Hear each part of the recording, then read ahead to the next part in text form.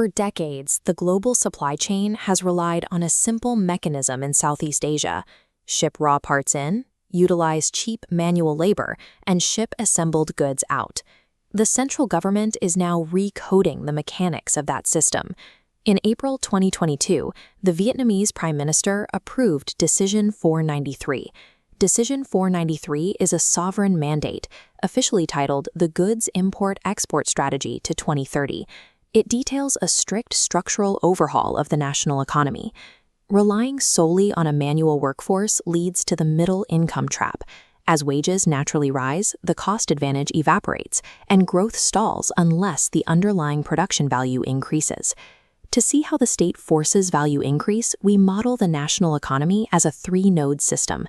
Node 1, inputs, filters incoming foreign capital and materials. Node 2, the processing engine, transforms them. Node 3, outputs, targets specific global markets for manufactured goods. By starting with the state's end goals at the output stage, we can trace the logic backward to see how they are rewiring the entire system. Vietnam is discarding its organic growth model to engineer a specific position in the global industrial hierarchy. On the right side of the model, the state has set high-precision export targets for the end of the decade. The strategy includes a planned deceleration of export growth. The mandate projects initial growth of 6 to 7%, but for the 2026 to 2030 period, that target drops to between 5 and 6%. This is a stabilization metric.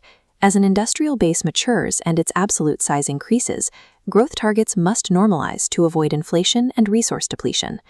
By 2030, processed and manufactured goods must account for 90% of the country's total export value.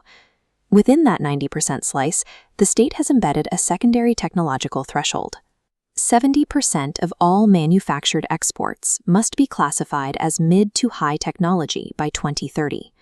Hitting that metric requires a high-volume injection of specialized capital, robotics, and advanced engineering infrastructure. By mandating a shift from raw volume to high-value complexity, the central government is officially moving the economy away from basic assembly. To power those high-tech outputs, we shift to the left of the model, the inputs. The strategy directs state agencies to suppress the importation of luxury consumer items and non-essential goods that can be produced domestically. The government is restricting the inflow of low and intermediate technologies to preserve capital for more advanced acquisitions. The document specifically mandates the acquisition of source technology, or gongmai muon.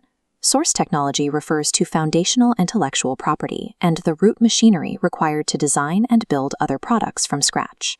Capital is being reallocated away from basic assembly parts and toward the advanced robotics necessary to build a self-sustaining industrial base. The state intends to own the core manufacturing capability rather than providing labor for foreign-owned kits. We move now to the central node, the processing engine, where those inputs are put to work. In agriculture, the strategy replaces the model of exporting raw, bulk commodities with strict, globally verifiable traceability.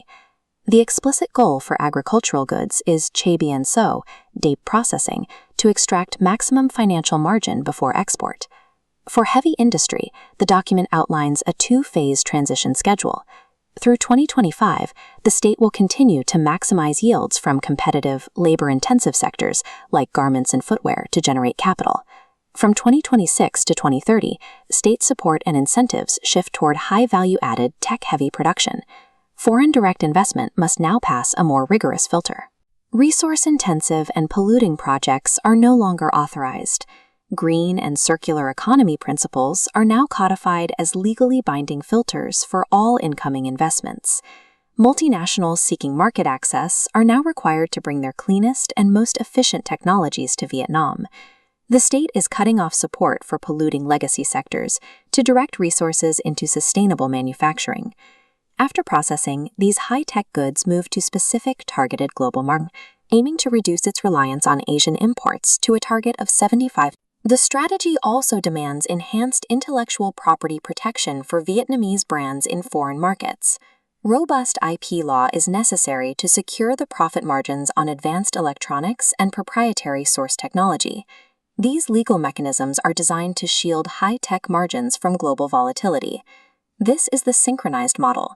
the state controls inputs, upgrades the engine, and targets the highest value outputs. This exact model is now officially codified as sovereign national law. Decision 493 positions the Vietnamese state as the primary designer of its own supply chain evolution. For foreign capital and macro analysts, the implications for capital allocation are immediate. Capital relying on cheap manual labor will find its state support reduced. Investments aligned with technology transfer and green manufacturing will receive the full backing of the state. The old low-cost assembly model is now being completely phased out, replaced by a specialized high-tech manufacturing core.